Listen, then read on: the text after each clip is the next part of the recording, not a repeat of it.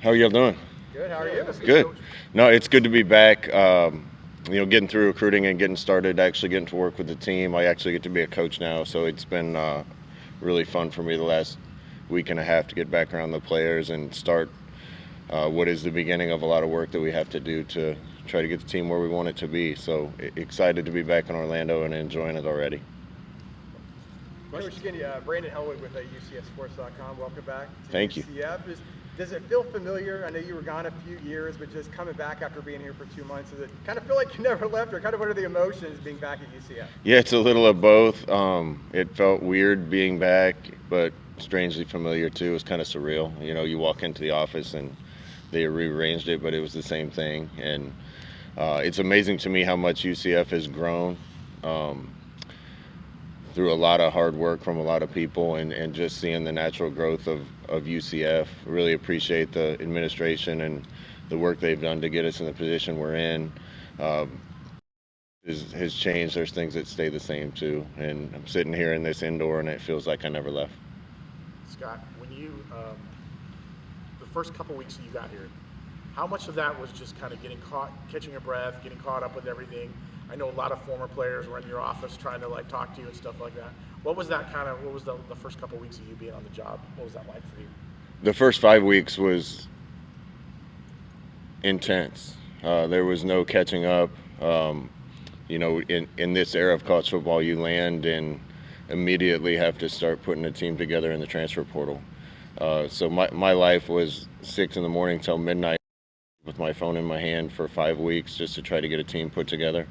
I think we did a really good job of that, and looking forward to working with the kids we have on the team that have been here and that are new, and seeing what we have, and starting to teach them scheme, start to teach them our terminology, kind of our strategy for how we're going to win. And that process has started now that the portal's closed, and the last couple weeks have been fun. Coach, obviously you mentioned being on the recruiting trail. You got an awful lot of offensive linemen. It feels like that you're hearing about with announcements and things. I don't know what particulars you can and can't get into, but what can you say thus far that recruiting move, what has this done to kind of the identity of what this team is so far? Well, we need players at every position, obviously, but I don't think you win unless you have good players in the trenches on both sides. We're lucky to be in Orlando, Florida. There's so much talent around here, and we want to keep as much of the Florida talent right here as we can. Going around, I think kids' preference would be to stay close to home and play. Now that we're in the Big 12, this is big-time football right in the middle of Florida, and we're going to tap into that as much as we can. Obviously, with the roster issues we had when I first got the job, we had a lot of spots to fill and a lot of people to recruit, and we worked hard at it. Our emphasis is probably going to be on the big guys to make sure that we're holding our own in the trenches, so that the guys with speed that are all around here can do their thing. Coach Trey Strelko, Sons of UCF, what were those conversations like with guys that have decided to stay and want to buy into what you're bringing? There were some conversations. I don't think everyone was completely happy, and honestly, in this era of college football, everybody has a choice to make every year. And we just have to be comfortable with the fact, even though no one likes it, that you're going to be coaching pretty much an entirely different team every year. You're going to keep some pieces, but the collective of the team is going to change year by year. So you're really building a one-year team and trying to keep as many of the pieces from the last team as you can. We had some that wanted to stay and take advantage of the new opportunity here, and some that didn't. But you're just going to have to go out and fill those spots when you lose one. And the guys that were here really got some good feedback from them. What I've really appreciated about those guys is they want to work, and they want to be pushed, and they want to be coached. And we're pushing them right now, particularly in the weight room and out here on the field. The guys are really rising to that. They're working their butts off, and I'm really impressed with the work ethic and the desire to change things and get better. Coach, tell us about the process and how you build out your staff. I know you told Mark Daniels earlier this week you still have a few more pieces you want to add on, but tell us how you got to the guys that you have right now. Yeah, I've said this a couple times, but usually when you're up for these jobs, the most of your staff kind of picked out already. You know who you're going to hire in these for your assistant coaches when you get these jobs. I wasn't really hunting for a job, and it just so happened that probably the one job that I would have taken in college opened up, and I came back to Orlando. My wife and I were excited about that, to raise our kids here, to put our feet down here for a while and make this home again. But I didn't have a staff really picked out and ready to go. And I think in some ways that was beneficial, because it kind of pushed me to interview other people and kind of get outside the box and look for some guys that I didn't know personally before. And really happy with where we ended up. And my experience with quite a few of those guys early on has been really positive.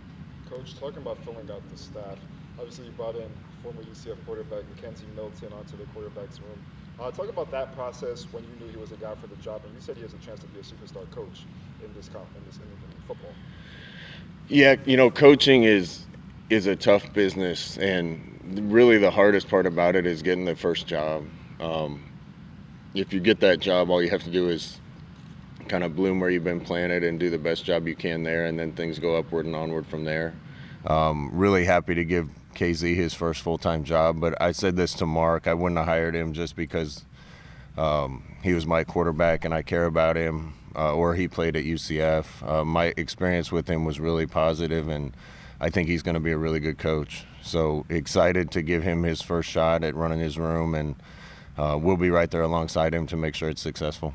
What qualities do you see from him that makes him that gives you that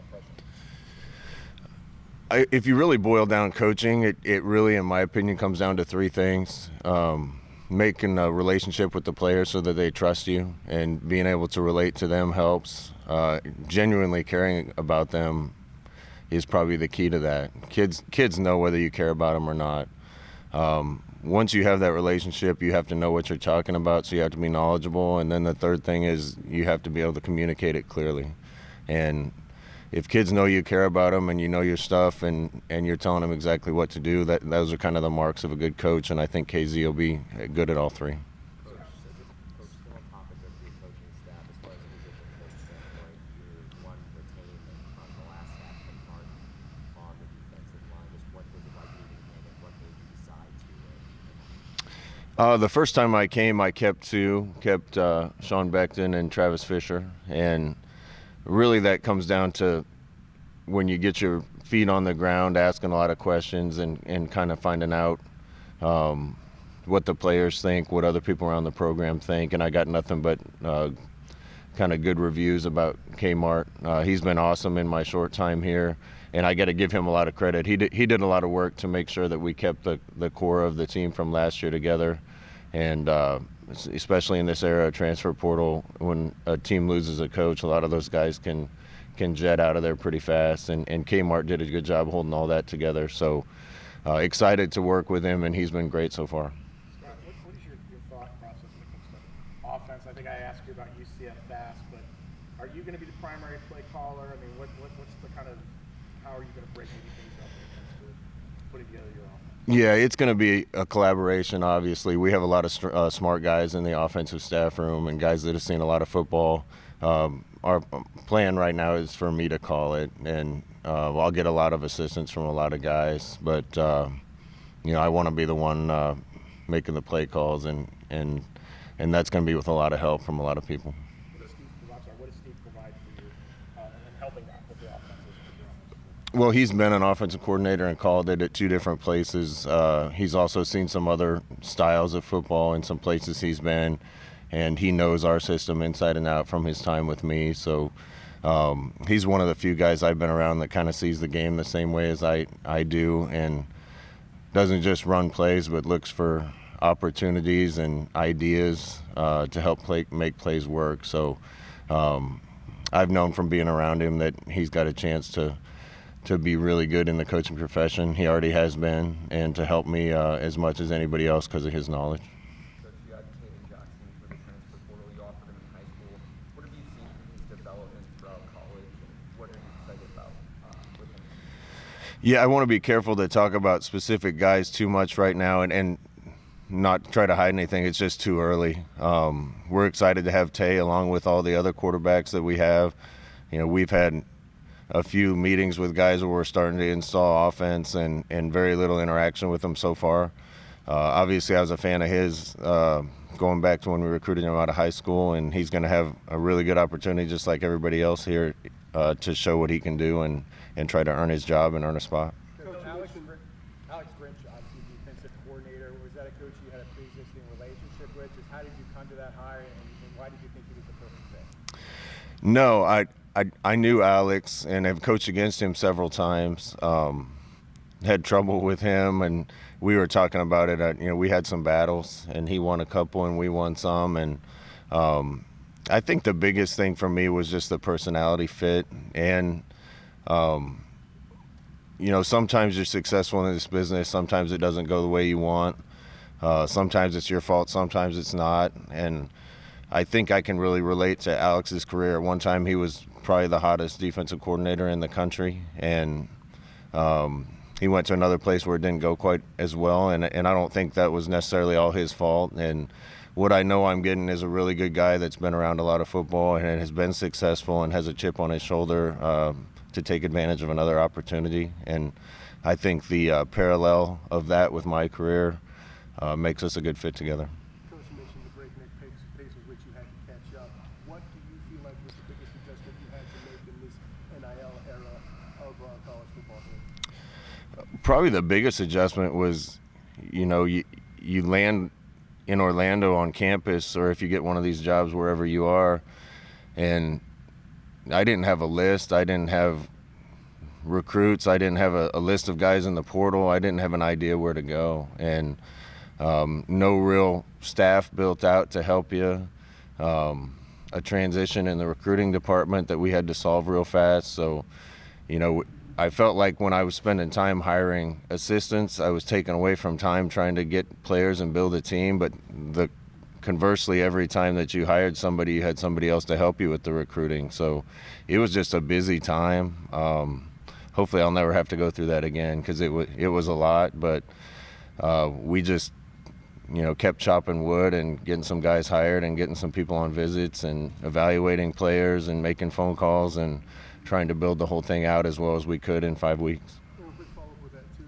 They kind of compared NIL to NFL free agency in a way. Your time in the NFL with Coach McVay and that organization, does that help you kind of get accustomed to the NIL world in a way? I don't want to say anything controversial, but I look forward to a time when this is like NFL free agency. There are some similarities. I think you're working with a budget or a salary cap, and you're trying to build the best team you can with those resources. The downside is contracts don't matter. Kids saying they're going to come doesn't matter. It's a free-for-all. At least in the NFL, when someone signs a 1, 2, 3 year contract, they're your player for 1, 2, 3 years. Just the volatility of this and the ability to have things change and have kids change their mind. It's a revolving door. And just when you think you have a piece plugged in, you lose that piece and you have to go out and get another one. And I hope eventually we get to a point where the parameters that exist with NFL free agency exist with this. It'll make it a lot easier. Coach, compared to the last time you were here at UCF, what would you say has been the biggest adjustment for you? Was it NIL, was it transfer, was it the coaches just being back in Orlando? What would you say was the biggest adjustment for you? Yeah, I think probably that was. I'm a pretty quick study, but I had to learn really fast how to get things done in this new era of recruiting. It's really settled down now. Now that that's done and we have a team, now we just get to be football coaches again and leaders again. And that's the part that I really enjoy. That's the thing that I think our coaching staff is good at. So we're kind of back to being coaches now until after spring, and the spring portal hits again, and then we'll have to be on our toes again. That was the next question I had, is kind of how nice is that now that the team's in place, the coaches are in place, how nice is that that's all there? What are the next few weeks going to look like for you?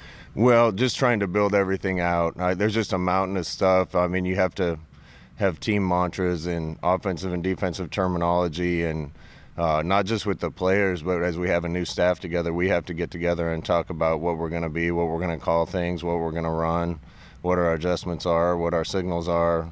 So it's really building it from scratch. It's good to have guys like Steve Cooper and and Sean Beckton that have been in our system before and can help with that. But there's just a lot of ground to cover. This is a 4-8 football team last year. We have high hopes, but we have a lot of work to do to get where we want. And when you're installing this stuff for the first time, there's just a process you have to go through to get everybody to learn what we're doing, what we're all about, and how we're going to get there.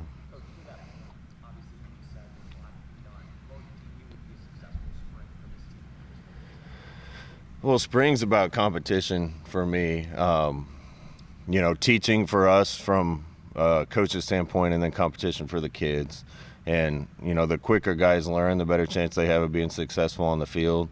And as much as we're competing with one another, I want it to be a team-based mentality, so guys are caring about each other. And, that's a hard thing to balance, so that's going to take good leadership, good communication from the coaching staff. And, we're not really sure what we have yet until we get them out on the field and see, so it's hard to answer questions about personnel. But the guys are going to get a chance to prove that. And like I said, I've been really impressed with the work ethic and the attentiveness to try to learn things and move this in a positive direction. John, how does your time in the NFL? Sean McVay talked a little bit about you, how much you appreciated your how you were able to handle things in the NFL. What did you take from that time in the NFL that you want to maybe transfer over to your coaching style now with the second time out? I think anytime you think you know everything, then you're done learning. I went into that time out in LA with an open mind and trying to just soak in as much as I could. There's a lot of things that I think I'll adjust, having been there and seen that. Our approach to practice, our approach to time off, our approach to the staff. And, it's not like I'm going to be a different person, but I think anytime you're around somebody that's smart and a really good organization or team, there's things that you pick up along the way that you integrate with what you've already been doing to try to make you better. And he's certainly one of the best to do it and one of the smartest guys I've been around. So definitely a lot of things that I was able to pick up out there.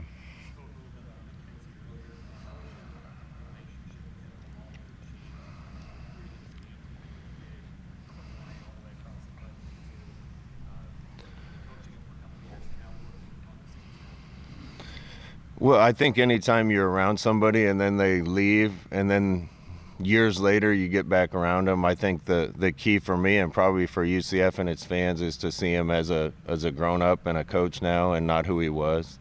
He's not the same person he was 8 years ago, neither am I, neither are you.